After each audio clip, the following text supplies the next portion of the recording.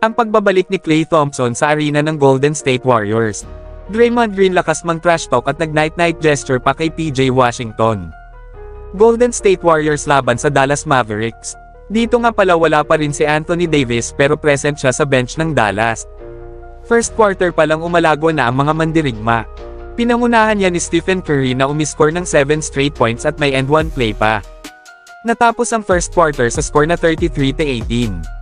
Sa second frame naging point guard si Butler at si Quinton Post ang nakinabang dyan, isang 3-point at poster dunk ang isinalampak sa ring. Umabot sa 20 ang lamang ng Dub Nation 43-23. At sa isang play ni Klay Thompson sa Beyond the Arc di tinawag ng referee. Ang concern ni Klay, tinamaan siya ni Podziemski. Di nagustuhan ng babaeng referee ang reklamo ni Klay Thompson kaya binigyan siya ng technical.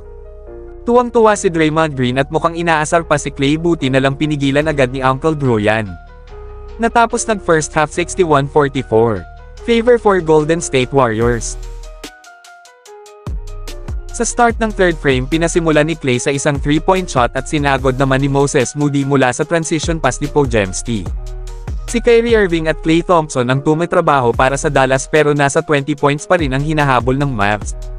Nagpaulan na ng 3 si Stephen Curry at dito na niya ginawa yung night-night celebration. Gusto ipamukha kay PJ Washington na matulog na at umuwi. Fourth and final quarter di na nakahabol ang Dallas Mavericks at sa 5-minute mark mga bench player na ang pinasok ng magkabilang koponan. Natapos ang game sa score na 126-102. Panalo ang Golden State Warriors.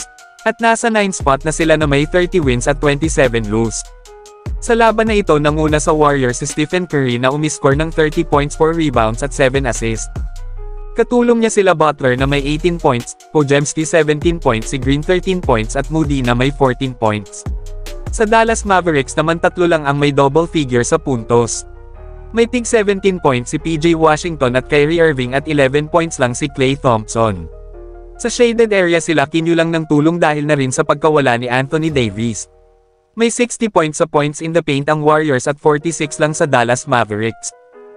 After ng game binigyan parangal ang former Golden State Warriors forward na si Andre Iguodala. Isang parangal na ibinibigay lang sa mga manlalaro na nagbigay ng malaking kontribusyon sa kanyang team.